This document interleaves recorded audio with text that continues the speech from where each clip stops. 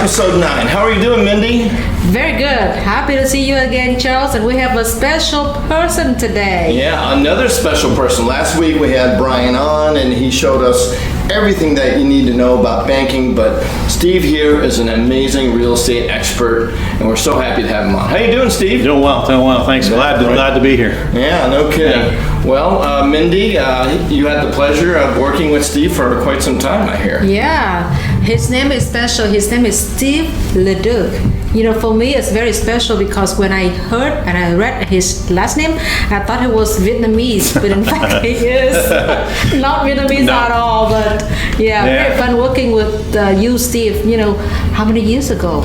Yeah, we've started working together, and our first capacity was about 6 or 7 years ago. Yeah, I think 7 years ago. It's been about 7, yeah. He's 14. This is crazy. Wow, that is a lot. Yeah. How did you get into this community? Just kidding. Well, I happen to live in Westminster, so I said, you know what? Let's call on some folks in Westminster. Why not just keep it local?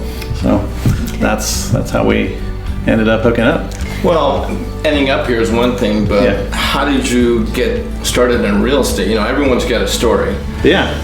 Well, I started out, Charles, in the mortgage industry, working for different banks. Right. And how we met was that I called upon them, and they were my customer, and they were sending me loans. And Mindy came to me and said, "Hey, why don't you get your real estate license? We've got a lot of work here, and we need some help." So here I am. And it's a big, strong guy to help out all the ladies at your office, right? Because I see a lot of, Vietnamese customer and a lot of clients that when they have a chance to talk to Steve, they started to like him. And then I said, hey, go ahead. You know, you should get your real estate license because you have a mortgage experience a lot, and plus your real estate license, that will help to you and to the client, everybody. Yeah. So here he is, professional real estate agent and mortgage. Yeah, of course, there's probably more to it than go get your real estate license. Yeah, there is. There was a little more of that. Maybe you could tell a little story. I mean, did you suddenly say, all right, I got to go get my real estate license, went to buy some material and started studying, or was there a little bit of a process where should I do it, should I not? Did you get your license and maybe it took a year or two before you dabbled? Well, that's a great question. Yeah, I mean, we had a relationship for several years with working on the loan side, and it did take me a little while, but I started to integrate myself within the company and getting to know people and developing relationships, and that progressed, and then eventually got my license, and we started, and it's been here ever since. I think it's been over 4 years since it. What's the part of the deal in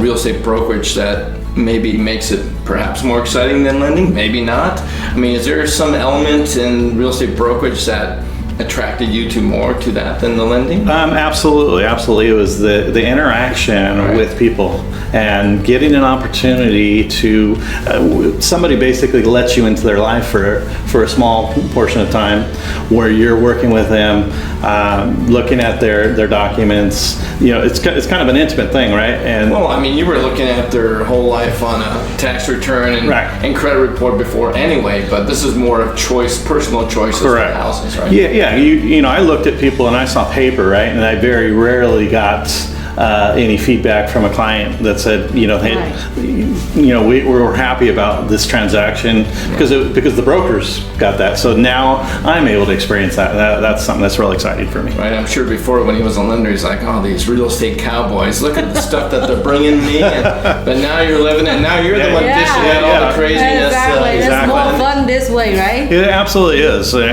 Sometimes I looked at real estate agents. I said, why are they doing it this way? And you could tell that they didn't have the understanding. Right. And so that was one of the reasons why. Well, I think we have a lot in common. I didn't do home loans. I did commercial lending at one time. And I know, Mindy, your company does also the home loans.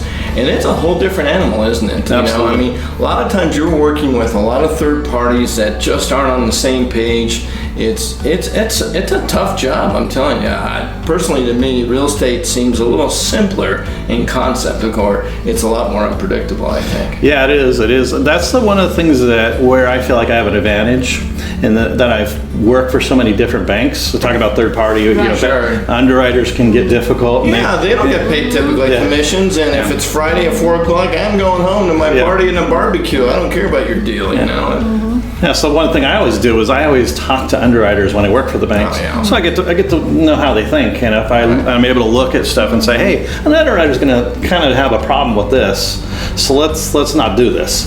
And so that we can come up with a different solution instead of creating something that's going to be a mess. So Okay, so we know that real estate and mortgage is the two part that ended up, to be a very good advantage for you when you go out there seeing customer. So now let's look back last year, 2020. That was a pandemic year. yeah, So it was a tough year. what do you think about, what do you take out from the year 2020? Can you share with us? Yeah, I mean, 2020, obviously it was really tough on a lot of people. If I can just share this, my biggest thing is you have to be really careful with what's going on out there, obviously, but you can't allow fear to paralyze you and stop you from what you're trying to do. So my biggest thing is, the biggest thing I took away was not allowing myself to be paralyzed by what's going on. Obviously be careful. There's been, actually the end of 2020 turned out to be fairly successful, closed a lot of deals, were able to help out a lot of people. Especially in mortgage, right? Because the rates are so low. Rates were absolutely record lows, and so we were able to help people save a lot of money on a monthly basis. That's always a good feeling. How did you keep your volume up? Because we hear the inventory is almost non-existent. So looking from someone from the outside going, well, inventory is low, and buyer agents are making like 10 offers just to get one accepted. Is the deal volume not quite there? So you've got some agents that are killing it and some that are struggling. I mean, and you did very well. So what was your secret to kind of that success? Yeah, I mean, the biggest thing is we focus a lot on the mortgage side and on the refinances and helping that, and then along the way, working with the different buyers that we had. And so it was a real difficult situation where you don't have a lot of houses where, houses are getting, I heard the story, 20, 30 offers on each house. So you have to really differentiate yourself by offering an expertise that maybe another agent might not have, and being able to relate to people and to agents, and that's my biggest thing, is just getting on the phone. Sometimes it just takes a phone call. In this electronic world where we're very separated, and for me, just sometimes a phone call just sets you apart and puts you over the edge and helps you get that deal. Awesome. Yeah. All right, so the next question is, you've done through so many transactions, right? Yeah. Any story that you want to share, that impressive story that you want to share with us? Yeah, I have a lot of stories that are just that really kind of just resonate with me. I'm going to share one story about it was a VA loan that we did, and the veteran was really skeptical about being able to buy a house, and we got him into a house, and he ended up was basically in tears and just thankful because he didn't ever think he was going to be able to buy a house for his family. Isn't it amazing that they don't realize they have that benefit of there's no down or low down. No money. Yeah, it's amazing. It's amazing. And they don't know it. But then you get to say, hey, look, this is something that is a benefit for your service. Yeah, basically you bring the biggest American dream to be having a home in America. That is awesome. Yeah, I mean, just this morning, Mindy, I got to experience as a real estate agent. We got to hand the keys to a young couple. Right. Maybe in the late 20s, early 30s, that hadn't been in the country very long, and now they didn't think that they could get a home, and we were able to hand them the keys, and they had a smile on their face, and it's just a great feeling to be able to participate. Isn't it beautiful being having appreciative and then helping out people like that? Absolutely. And I think I know that for sure. That transaction is between you and your partner. And hopefully next show we're gonna bring your partner in. Yes, so we can get her. That is a great story. Is this partner better looking? Of course. Yeah, is it a absolutely. No, there's no secret there. Doesn't take much for that. Well, but as far as that veteran goes, was when you were going through that transaction and he was kind of in denial, going, I don't think I can get this house, whatever. But you saw, right? You saw that, hey, this could happen. But you almost had to convince him that he could own the home, right? Yeah, at times I had to keep him going, and obviously, sometimes during the process you run into a few speed bumps and a few things that don't go completely right or go sideways. Sure. But it's the biggest thing is being solution oriented and having that idea. Hey, you know what? We could fix it. We could fix it. Right. I think, Mindy, we work with clients that are out of the country, like you just mentioned recently, they were able to give that young couple keys to. A lot of parts of the world, you cannot own property yourself, so when they come to America, and it's like, wow, I can actually own my own property and it's mine. That's an amazing concept, and us Americans here in the United States sometimes forget that. We take it for granted. We got it pretty good, right? Exactly. We take it for granted. You never know that you can qualify and get that. Get that house, get that investment, get whatever the loan rate that you can afford and qualify for. So just come see us. Talk to one of our professionals over here. We can share with you those stories and make that happen for you. So talking about that, this kind of story, and then sharing like this, usually we want to share to two different parts: the customers and the people in the industry. So can you share what they should? Maybe someone that's looking to get in the industry. Yes. Yeah, I would. If you like working with people, don't do it. No. Honestly, it's a very rewarding career, and again, sometimes it's difficult. I'm not going to lie. Sometimes but almost always difficult. But we enjoy fixing the difficult. Right. If it's that hard, we're not going to stay here. Everyone would be doing it. Right. For Charles is 30 years plus, 20 years. And then 16 plus. We've got 300 years between us. It's not that good, we're not gonna be here. But I mean, again, it's challenging, but it's also very rewarding. Just being able to, like we were talking about earlier, being able to help someone realize a dream of ownership that maybe in another country they didn't have it, or was something we take for we take for granted, and it's just a great feeling just to be able to help people. So if you really like working with people and you're solution oriented and you have the right kind of thought process and right kind of attitude, you'll do fine. I encourage you to do it. What about the client? I'm sorry.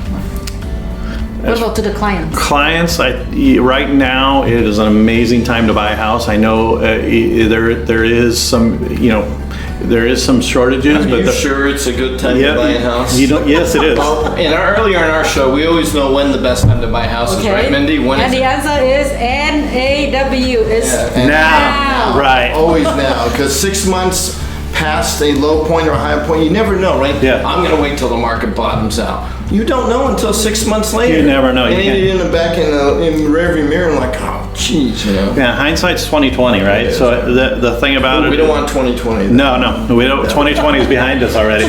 So, but if you're thinking about buying a house and you're thinking you're going to wait, I suggest you dive in now. I mean, your interest rates are at record lows, and with the right help, you can find a house and live that dream. Yeah, and certainly you do need help because it's not an easy market. No, not at all. You've got low inventory. Yes, the rates are low, but qualifying for a home mortgage right now can be a challenge, especially if you've had issues with employment and COVID-related issues and stuff. But there are experts out there that'll go the extra mile to get that done and to really work with you, guys like Steve here. Yeah. All right. Absolutely. Awesome. Things to share. Well, we just need about 50 more Steves in your office, right? is what we really need. Yeah, actually, we have a diverse office with different characters, different age, different time, Everybody have different way of producing and then approaching. So we'll fit with any type of client. And the key is we won't say no to an obstacle. Yeah. That's what we're good is overcoming obstacles. Yeah. And it really shows most, I would say, agents that have been in the business for more than a flash in the pan a few years do truly love what they do, and the rewards, again, especially with first-time home buyers or even people that are back in the market for many years, or a retired couple, or even selling a home and having to move out of the state. There's a lot of people moving out to Texas, and they had a slide where they had Gavin Newsom and they had the guy from New York, and it said the top referral realtors. I had Gavin Newsom going over to Texas, and who was it? The other guy from New York down to Florida. But there are some people moving out of state, right, or to out of the metropolitan areas because they don't have to drive to work every day. Yeah, absolutely. Have you had a lot of those coming up? Yeah, I mean, you do get some people that, we've got the Riverside just kind of adjacent to us. Right. And so you get a lot of people that moving out that direction because it's something that it's an area that's more affordable. Right. So that definitely works for people. So yeah, but we also seen an exodus of people as well. Well, whatever you do, whether you're going to Texas or you're just selling your home in this particular area in Southern California, or you're buying a home, it really doesn't matter. You need people like Steve to help you out. Isn't that right, Mindy? Yeah. So anybody would like to get to know the business and to join us, so just come see us. Someday I would like to see you on the show, just like one of us over here, and then share a good story with everybody, right? Yeah. Absolutely. Steve, a pleasure. Thank you for being on our show. Yeah, thank you so much for having me. You gotta, like I said, find another 50 of these guys in our office. Yeah, thank you, Steve. Thank you, Charles. Thank you. Amazing working with you all. Yeah. Likewise. All right, well, thank you very much, ladies and gentlemen, for joining us on Mindy's Manic Monday. Stay tuned next week where we have some more interesting stories with more agents to interview. All right, thank you. Bye-bye now. Bye.